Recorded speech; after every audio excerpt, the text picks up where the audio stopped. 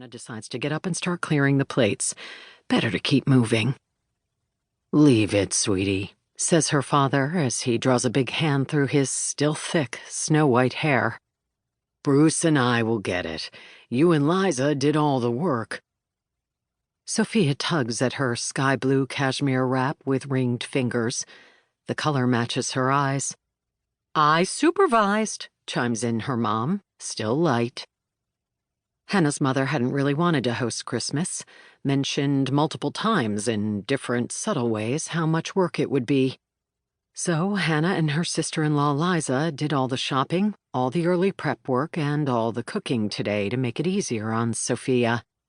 Now, the meal a success, her mother wants some of the credit. "We couldn't have done it without you, Mom." Hannah always knows what to say. She's an expert on navigating this terrain. She earns an adoring smile from her mom. Blue eyes, slightly bloodshot, glistening. "Your recipes, Mrs. M," says Liza. Actually, they'd used recipes from Dad's side of the family. There was an old bound notebook full of handwritten recipes for everything from lasagna to tripe, from white clam sauce to eggplant parmesan, from mashed potatoes to the perfect roasted turkey to standing rib roast. Recipes Dad said were collected from his Italian mother and his aunts. Recipes from the old country and the new, expanded over time, splattered with decades-old stains, pages torn and creased, all of it tied together with a rubber band. It was a long-held family aspiration to enter everything into a document and create a self-published book. But this has never happened. Everyone always too busy, and the project forgotten until the holidays rolled around, then forgotten again in the new year. "That book," says Liza, still trying. "It's a treasure." Hannah glances at her dad, who is relaxed at the head of the table, wearing his usual patient half-smile, hands folded on his belly. Mom gives Liza a non-committal hum. Liza clears her throat, casts a glance at Hannah. Her sister-in-law can't win. She should know that.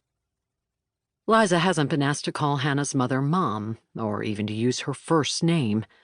Liza has been married to Hannah's brother Mako for a year, and has still not been welcomed by Sophia. Not really. It's all very cordial, though, polite, until it isn't. Why Sophia is like this, Hannah has no idea. Liza is lovely and kind, a good wife, a dutiful daughter-in-law. Hannah and her mother haven't discussed it. Hannah's husband Bruce puts a comforting hand on her thigh. She glances over at him. His dark eyes, strong jaw, that smile. It calms her. He calms her. Together they peer at the video monitor on the table between them. Their 9-month-old daughter, Gigi, sleeps peacefully, a cherub floating on a pink cloud. "She's a good sleeper," says Hannah's mom, leaning in for a look as she gets up to pour herself another glass of wine. Hannah glances at her dad again, who still wears that pleased but somewhat blank expression. He's a large man, standing over 6 feet tall. "I have big bones," he likes to say. His doctor wants him to lose 20 pounds. That's probably not going to happen. Bruce calls Hannah's father the space cadet, which always annoys Hannah more than it should. He's not all there, like he checks out. It's true, even though Hannah doesn't want it to be. Her dad is loving, present for her, always has been. But he does sort of blank out and drift away when things get hot. Even when they don't, he's in his own world a lot of the time, on long walks or zoned out in front of whatever game, the computer.